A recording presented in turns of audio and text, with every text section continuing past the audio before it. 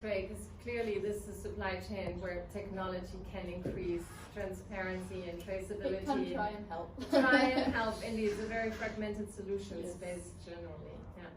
Right, let me see what comes next. So they have a couple of company solutions listed as well. Here I just wanted to show you that because of legislation on modern slavery, sort of the catch-all term which also encompasses forced labor, they now have to report in the UK and Australia on how they mitigate forced labor risks. And here's, it was posted in March 2023, a statement of a company that uses a lot of ships, namely Trafigura, Swiss commodity trading company, as you know. They transport things from A to B, and this is their latest statement on how they ensure mitigating forced labor risks on the ships that they use. Some of them, they even own some of the ships, but most of them are chartered. I also wanted to show you another high-profile case, an AP investigation that highlighted retailers like Whole Foods and other supermarkets, and they're linked to forced labor in the Thai fishing industry, and then the reactions of the companies that were actually linked up with these allegations, and the reactions are revealing in that they often show they had no idea. They really didn't know because they don't have that full insight into the supply chain. They probably should. In this one CEO says, I think it's disgusting that's even that this is even remotely part of my business, so they haven't looked so deep into their supply chain, but it did bite them. So I think also with the rise of more technology, I think the excuse to say I didn't know, I mean, that becomes weaker and weaker. Now companies are by the law required to go really deep, and there's also more technology and other tools to help them, have that traceability, and that's what they probably need. Coming back to our opening case of Nestle, 2015 forced labor in Thai fishing, they did admit, okay, we do have a problem here. So they admitted and they started taking action.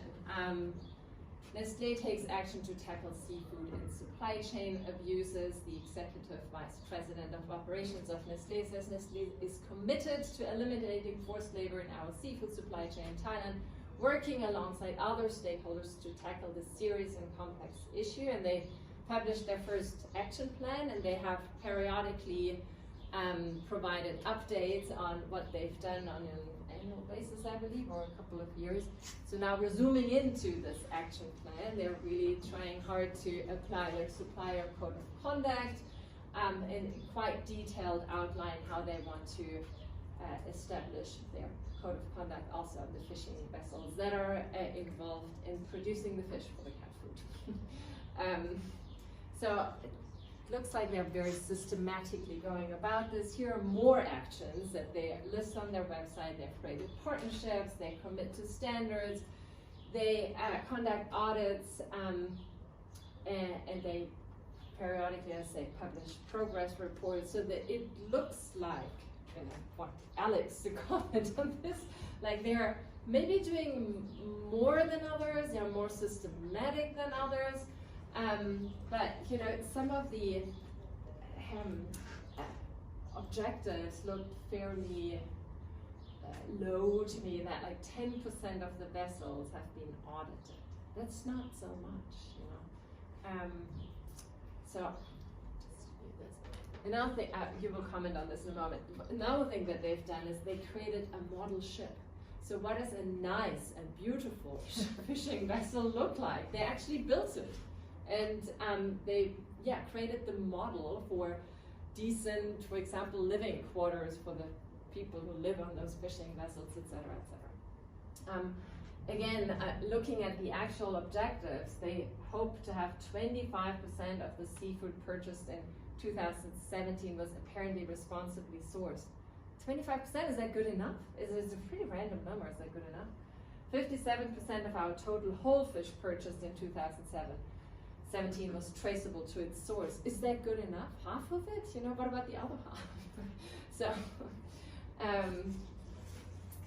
that ship is apparently moving around somewhere. So this is the latest progress report following this 2015 high-profile case, coming back, to the action plan and all the things they want to do. They want to establish a grievance mechanism. They have they conduct training, sort of the usual stuff, more traceability.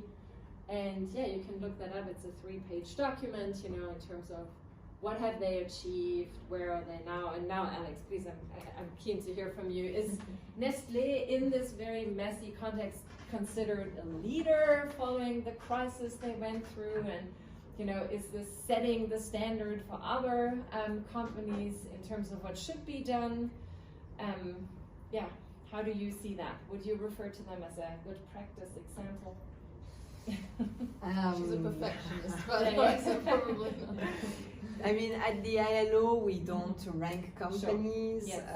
Yes. So it's I wouldn't comment really on whether this is enough or not. But I think the two numbers that you showed on the 25% and the 57%. I think if you look at other industries, probably other industries even that Nestlé is engaged in are much higher today. So it really shows the huge challenge that we still have ahead of us when we want, I think, as students, as the international community, to reach 100% on those two targets. So it's showing why this specific industry is also more at risks.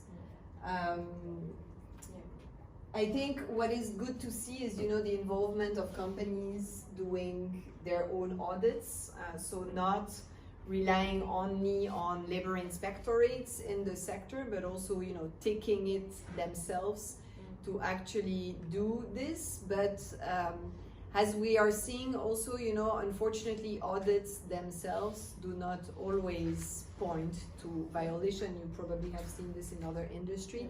And in this particular one, as you have seen, this is even more difficult. The methodology to detect forced labor on board fishing vessel, it's not something that you can just improvise.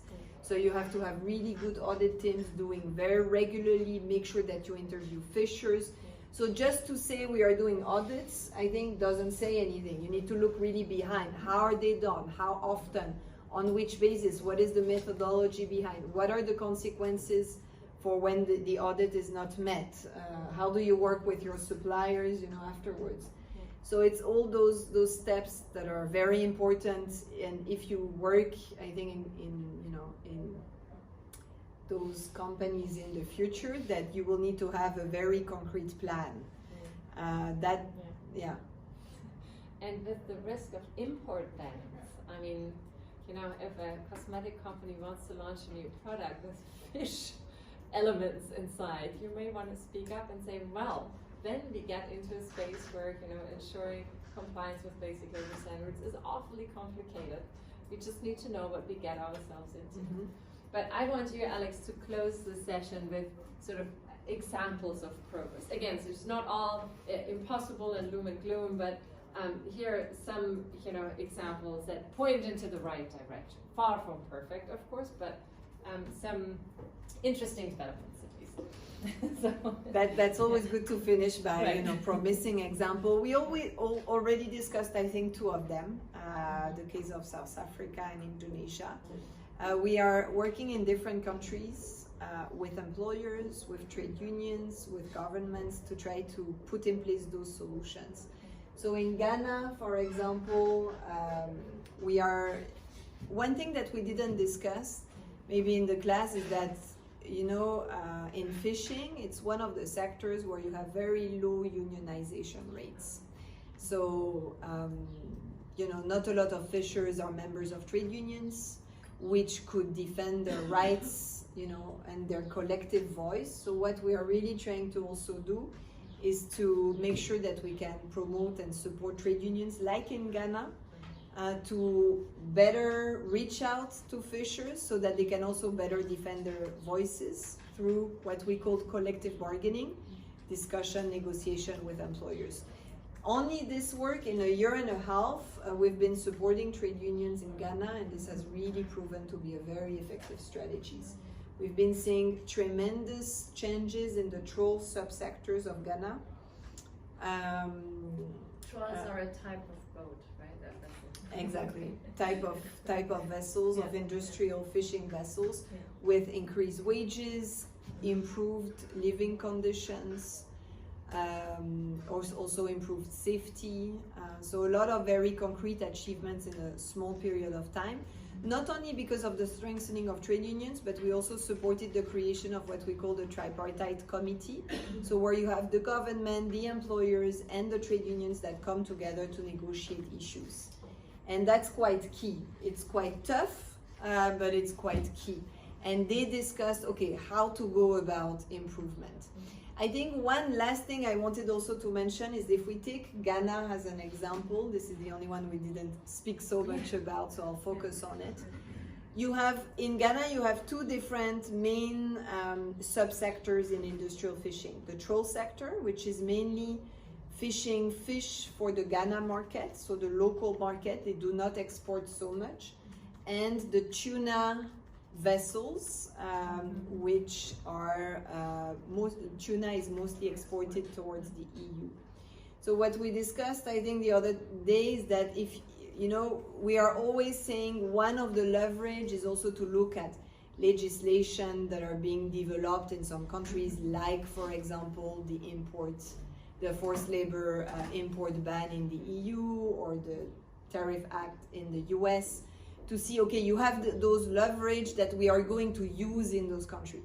This is also a perspective that, in my opinion, is very, northerner. We think that we are always the leverage, in fact, for things. That people do not have their self-motivation, but they are only moving because of the new EU forced labor ban legislation. I think we have to shift a lot our thinking. What we have seen, in fact, in Ghana is that the troll sector, which is not at all export-oriented, has been the first to change. We are seeing a lot of progress. This was also maybe a sector where problems were more acute, so we have to balance that.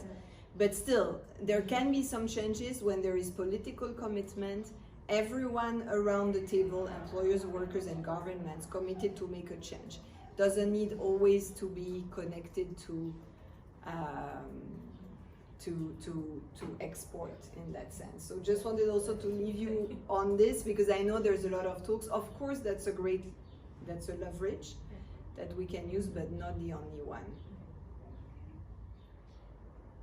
Final question for me, because it transitions to the next session where we talk about multi-stakeholder initiatives. You mentioned how important the dialogue is, but aren't there also, multi-stakeholder initiatives where industry comes together with civil society, sometimes representatives of governments, to develop standards and also enforce those standards? Is that something that in the fishing industry has been emerging, given, I think there is something in Thailand, responsible seafood fours, or you should know better, but is this something where you also see an avenue for another puzzle piece of the solution for enforcement?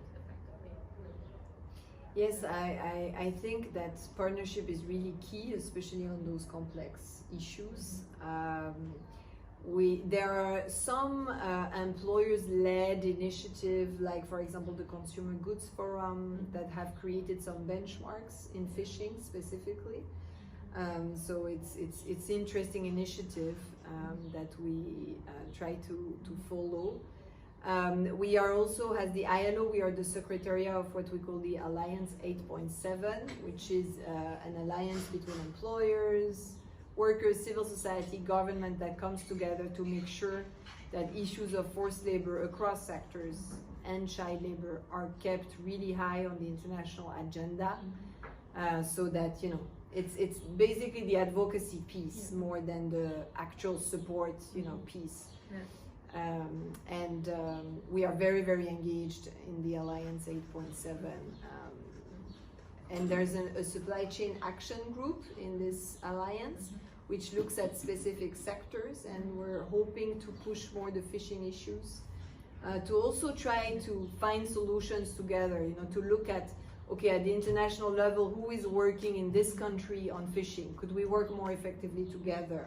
what are you doing? What are we doing? You know, how to make sure that we speak with one voice so that the message, you know, goes through, for example, for the promotion of the ratification of ILO Convention 188. So yes, absolutely, partnerships at the international level is key. All right. We started the semester highlighting that the rapid development in business human rights also has to do with growing governance gaps where governments are unable or unwilling to protect basic human rights, and then businesses are sort of forced into a space to fill those gaps. And to me, this sector is the most extreme case. There's anarchy at sea. I mean, the Outlaw Ocean is a beautiful title that Ian Urbina chose for in terms of what rules apply and can be enforced. That's particularly difficult at sea, and protecting people who work at sea is very difficult. But we did also learn today about some, you know, fragments that point in the right direction and towards solutions. And again, I always say this is the next generation of business leaders. They need to figure out additional solutions that work, but knowing about the problems and the difficulties, I think that's a start. So with this, have a great weekend. You know that we're working on multi-stakeholder initiatives, so more dialogue next week.